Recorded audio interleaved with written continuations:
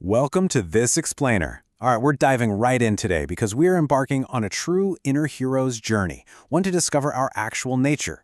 We're going to look at exactly how we can break free from all those mental illusions, outgrow our deep-seated habits, and finally just exist in the present moment. If you've ever felt like, hey, there's got to be more to my existence than just the daily grind, well, this structured look at awareness and awakening is going to be incredibly revealing for you. So I actually want you to pause for a second right now. Just ask yourself, who is listening to the thoughts inside your head? Seriously, take a step back and just observe your own consciousness in this very moment. Like right now, you're hearing my voice, sure, but you're also probably generating your own thoughts about what I'm saying.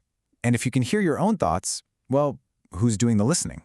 That simple yet totally profound separation between the thought and the listener, that's the exact threshold of our journey today.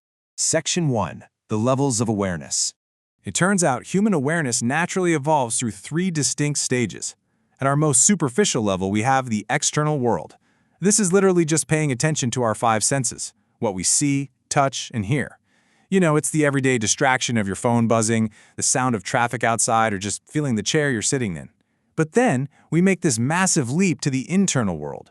This is when you start recognizing your own internal thoughts and dialogues, kind of like we did a moment ago when you observed yourself listening. You really start to notice that constant swirling chatter of your mind. And finally, we reach pure awareness. This is the ultimate destination, where you experience pure existence without the constant invasion of those thoughts. It's just the pure, unfiltered experience of simply being, totally free from the mind's endless commentary. Next up, ego versus the true self. So there's this core conflict going on inside all of us, between the ego and the true self. The ego is basically the mental self. It defines itself entirely by external metrics, your material possessions, your job title, your past achievements, or all your anxieties about the future. It is constantly trapped in judgment, fear, and regret. It's anxious, right? It clings to things just to feel safe. But contrast that with your true self. The true self is simply that silent, non-judgmental observer that is always present, right behind all those swirling thoughts and emotions. It doesn't need a fancy job title or a flawless past to exist. It just is. It watches the chaos without ever being swept away by it. And based on the source material, spiritual awakening isn't some magical, mystical event with flashing lights. Actually, scratch that. It's way more practical. Spiritual awakening occurs exactly when your fundamental identity shifts from that anxious mental ego over to the silent inner observer. You essentially stop believing you're the turbulent waves crashing on the surface of the ocean, and you realize you are the deep, quiet, unshakable water underneath. That depth remains perfectly still, literally no matter how intense a storm might be raging up above. Moving on to the dark night of the soul. The dark night of the soul is defined as a mandatory phase of chaos where old beliefs collapse, allowing for the rebirth of the soul. I want to slow down here for a moment because this is heavy, but it is absolutely crucial.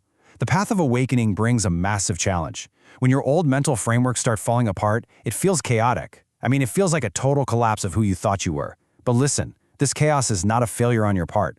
According to our sources, this is a mandatory preparation. You simply cannot have the rebirth of the soul without the collapse of the old illusions. During this dark night, your old values completely collapse.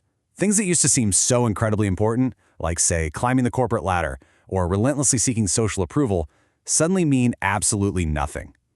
You're forced to face suppressed fears and deep psychological knots that you've probably been avoiding for years. And because of this profound internal shift, it often creates a temporary feeling of intense loneliness.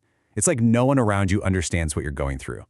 You might feel totally isolated even at a crowded party because your internal compass has just completely changed. But remember, this struggle is incredibly purposeful. It's a temporary phase. It's completely necessary to clear out all the ego's clutter. Now let's look at manifesting ultimate inner peace. So let's see how this actually builds into your daily life once you've made it through the darkness.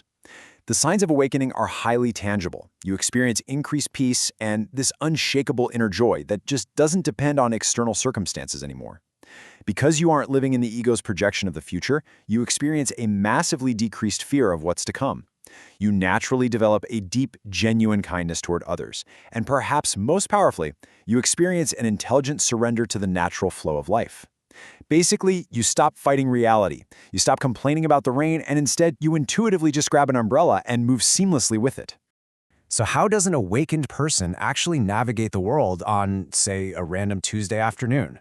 Exactly like this. They perform their actions with pure motivation.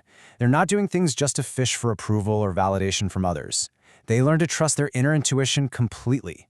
And because they've detached from the ego's constant need to analyze everything, they see the world totally beyond labels and judgments. They don't look at someone and immediately categorize them based on status or appearance. They just see another living, breathing instance of life, exactly as it is. Finally, daily practices for awakening. The source material gives us some incredibly simple, practical keys to maintain this inner transformation. Number 1, a daily focus on breathing. Just returning your attention to your breath grounds you instantly in the present moment, pulling you right out of that mental time travel. Number 2, doing tasks with a collected mind. This means if you're washing the dishes, just wash the dishes. Feel the warm water. Don't mentally argue with your boss while you do it. And number 3, acceptance of existing conditions without anger. When things don't go your way, acknowledge it without throwing an internal tantrum. These simple practices are literally the main keys to flowing this profound awareness directly into your everyday life. Well, we've covered incredible ground in this explainer today, moving all the way from the chaotic surface level of the ego, through the dark night, and finally into pure awareness. I want to leave you with this final, lingering thought. If you are not your job, if you are not your past mistakes, and if you are not your anxieties or fears about the future, then who is the silent observer that remains? Really take that question with you today. Thank you so much for joining me, and keep exploring.